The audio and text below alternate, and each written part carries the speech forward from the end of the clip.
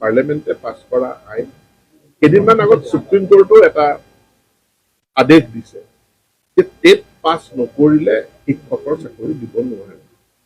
গতিকে যাৰ টেট নাই আৰু DLED বা BEd নাই তেওঁলোকক শিক্ষক হিচাপে নিযুক্তি দিয়াৰ ক্ষমতা অসম চৰকাৰৰ হাতত নাই।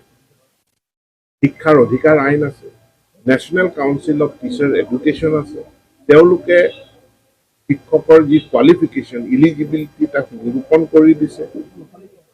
গতিকে যিসকলে এই প্ৰফেশ্যনেল কোৱালিফিকেশ্যন আয়ত্ত কৰিছে তেওঁলোক টিচাৰ হৈ যাব। আমি 10 অক্টোবৰৰ ভিতৰত আমি গোটেই ভেৰিফিকেশ্যন প্ৰক্ৰিয়া কমপ্লিট কৰি তেওঁলোকক আমি শিক্ষক হিচাপে শিক্ষকলৈ উন্নীত কৰিম। যিসকল টিউটৰে প্ৰফেশ্যনেল কোৱালিফিকেশ্যন আয়ত্ত কৰিছে, যিসকলে আয়ত্ত কৰা নাই তেওঁলোকক আমি দৰমহাটো কিছু বৃদ্ধি কৰাৰ কথা চৰকাৰখনে বিবেচনা কৰি আছে। ডিপাৰ্টমেণ্টে তেওঁলোকক কিছুমান ইণ্টাৰভিউ কপি দিছিলে কোৰ্টে যি অৰ্ডাৰ দিয়ে কোৰ্ট অৰ্ডাৰটো চাই যদি কোৰ্টে সেই সময়লৈকেও নিদিয়ে তেনেহ'লে সিমান সংখ্যক চিট আমি ৰাখি থওঁ, বাকীখিনিক আমি দি দিম। ছাৰ তেওঁলোকক ভোট কৰি পেলাই আমাক ভোট কৰি হ'লেও আমাৰ 10 অক্টোবৰ আমি ছাৰ তেওঁলোকক ভোট কৰি হ'লেও আমি দিম, কিন্তু 10 অক্টোবৰত হ'ব, 10 অক্টোবৰ আগত আমি এপইণ্টমেণ্ট দিয়াৰ 4-5 দিন আগত 4,500 ভেৰিফিকেশ্যন কেতিয়া হ'ব? 4,500 এই 5,500 ফাইনেল মেৰিট লিষ্ট নোহোৱালৈকে 4,500 ডকুমেণ্ট ভেৰিফিকেশ্যন নহ'ব। কাৰণ ইয়াতে 5,500 যিসকলে আবেদন কৰিছে তেওঁলোকে 4,500টো আবেদন কৰিছে। গতিকে এখন মেৰিট লিষ্ট ওলাই যোৱাৰ পাছত সেই নামখিনি আমি 4,500ৰ পৰা আউট কৰি দিম।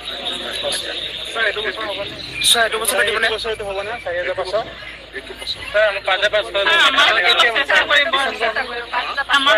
যিটো মানে বাধা ৰাখি থৈছে হ'ব সেইটোৱে কৰিম। আকৌ একেটা এইটো মাহতে দিবনে? এইটো বছৰতে দিবনে? এইটো বছৰতে দিবনে ছাৰ? আমাৰ চৰকাৰৰ আছে মানে ডিপাৰ্টমেণ্টে তেওঁলোকক কিছুমান ইণ্টাৰভিউ কপি দিছিলে কোৰ্টে যি অৰ্ডাৰ দিয়ে কোৰ্ট অৰ্ডাৰটো চাই যদি কোৰ্টে সেই সময়লৈকেও নিদিয়ে তেনেহ'লে সিমান সংখ্যক চিট আমি ৰাখি থওঁ, বাকীখিনিক আমি দি দিম। ছাৰ তেওঁলোকক ভোট কৰি পেলাই আমাক ভোট কৰি হ'লেও আমাৰ 10 অক্টোবৰ আমি তেওঁলোকক ভোট কৰি হ'লেও আমি দিম, কিন্তু 10 অক্টোবৰত হ'ব, 10 অক্টোবৰ আগত আমি এপইণ্টমেণ্ট দিয়াৰ 4-5 দিন আগত 4,500 ভেৰিফিকেশ্যন কেতিয়া হ'ব?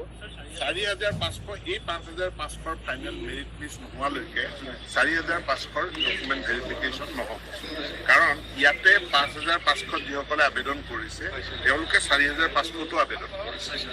গতিকে এখন মেৰিট লিষ্ট ওলাই যোৱাৰ পাছত সেই নামখিনি আমি 4,500ৰ পৰা আউট কৰি দিম। এইটো বছৰ হ'বনে?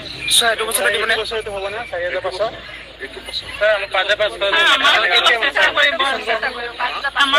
যিটো মানে বাধা ৰাখি থৈছে হ'লেও মানে হ'ব সেইটোৱে কৰিম। আকৌ একেটা 4,500 এইটো মাহতে দিবনে? এইটো বছৰতে দিবনে? এইটো বছৰতে দিবনে ছাৰ? আমাৰ চৰকাৰৰ